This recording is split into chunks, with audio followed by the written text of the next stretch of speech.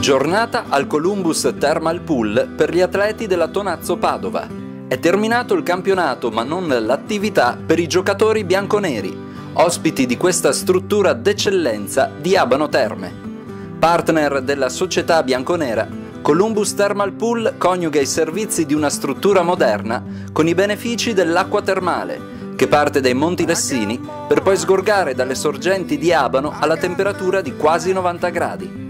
Il presidente del CONI Veneto, Gianfranco Bardelle, spiega così il legame tra le terme e lo sport. Noi siamo per far crescere la gente in maniera sana, fare uno sport molto importante e poi avendo l'acqua termale credo che serva molto al mondo del sport, che quando ha dei problemi recuperare in maniera senza prendere tante medicine. Ecco, io credo che lo slogan che dobbiamo lanciare: abbiamo la possibilità di curare certe come si dice, contusioni eccetera attraverso semplice il nuoto in acqua termale, che fa molto bene. L'acqua delle piscine Columbus è termale al 100% e subisce un processo di filtraggio all'avanguardia che permette di monitorare minuto per minuto la qualità, il pH e la temperatura dell'acqua.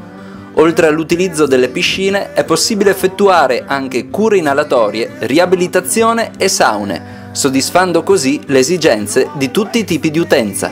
Nel pieno centro di Abano abbiamo portato avanti un'oasi di tranquillità, di acqua termale per i benefici della gente. Noi siamo onorati di avere ospiti dei grandi campioni che in questo campionato, che sono ritornati in Serie A, si stanno dimostrando all'altezza e certamente sono ragazzi giovani, bravi, volonterosi, e credo che il prossimo anno ci daranno tante soddisfazioni al movimento sportivo, in particolare padovano, ma credo veneto e italiano.